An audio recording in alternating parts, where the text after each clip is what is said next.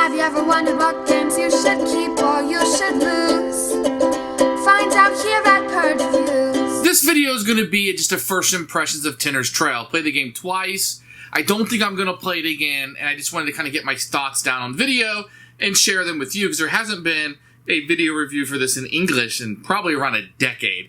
And I probably am about a decade late to the show here. So a lot of what I'm saying is going to be not necessarily what was thought of it when it was released, but instead kind of how it holds up today. So it may be of interest for some people. First of all, it's a Martin Wallace game. It reminds me a little bit of Automobiles, if you ever played that one, about how it's a set number of rounds, etc. And this is kind of an old school one. I think this is, from reading the designer notes, he had lived near a town that kind of this is based off of, and he took an interest in it, and he kind of built it around it. This one, he was taking a lot of wooden bits and trying to make games out of it. And I think transitioning a little bit from the war game-ish stuff and trying to make these Euro games. Martin Wallace, at this time, was one of the biggest names in board gaming, and his Age of Steam game would go on to be probably, I don't have the numbers, but probably one of the best sellers, if not one of the most popular games, or most well-known games of all time. How does Tenors Trail fit in this? Well, it's a game that plays in about an hour, so the length of the game is pretty good. You're going to have a few decisions. Most of them are going to be very tactical decisions. Long-term strategy is going to be tough in this one. And a lot of little auctions about going after things. So a lot of the game is going to be about how you spend your money and how you utilize your resources the best in order to profit, i.e. victory points off of it in order to win the game. And that's really going to be the crux of the game of what you're trying to do. Component-wise, I mean, everything is wooden and nice, but it definitely comes from a different era. When you sit down and look at this, you can really tell almost what time period it came from. Especially if you played a lot of Martin Wallace games, you can kind of dictate what era even Martin Wallace's came from. It really just kind of screams out from me. It reminds me of some movies I used to watch that had a certain film over it. And due to that film or the way that it looked, you can almost say, hey, this probably came out between 84 and 87. You know, you can really narrow it down. I feel like the Components does this for this. So, wooden pieces, nicely shaped. If you're a Martin Wallace fan, you know exactly what you're getting into. Those of you that are newer to games and, you know, used to fancy miniatures and great artwork, you know, Martin Wallace games do things a little bit differently at a very different speed. You can have 10 actions to have on any given turn, which can turn into some downtime and AP as people are trying to dictate what they want to do. Now, the main downtime in this game is probably going to be, the main negative in this game is probably going to be the amount of luck. The markets are going to be dictated by rolling of dice, and some people are going to be really turned off about that. It's going to be hard to kind of plan for that as you move forward. In addition, the game has a problem that doesn't have a catch-up mechanism. Now, for some people, and I'm one of them, like Fuche Magnet, like something like that, that's not going to be an issue for, but for a lot of gamers, you want something that's going to kind of equalize the game a little bit, so everybody's kind of playing in the same circles. And this is going to come up with an issue when there's no catch-up mechanism, and I don't want to get too much down that rabbit hole, but if you play this a lot more, you can have a lot better chance of winning. Now, for some people, they're going to be like, duh, that's exactly what we want. I'm going to be a master at this game.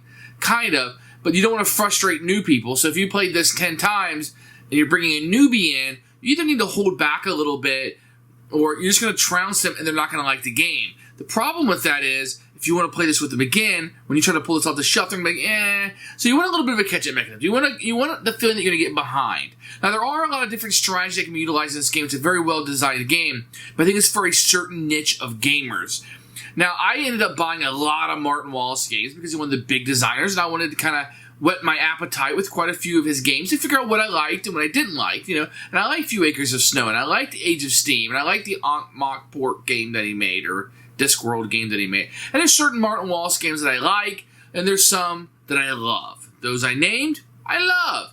Tenors Trail is a game I liked. It wasn't something that I felt like I wanted to stick to. One of my problems is that when I game, I tend to play a lot of games. So it's very hard for me to dig down and get good at one game. In addition, I do tend to play with a lot of different people. So this is a hard game as I get better at to bring other people in. At least that's my taste on it. So it made it a little bit difficult for me to say, hey, yes, this should take up space on my shelf.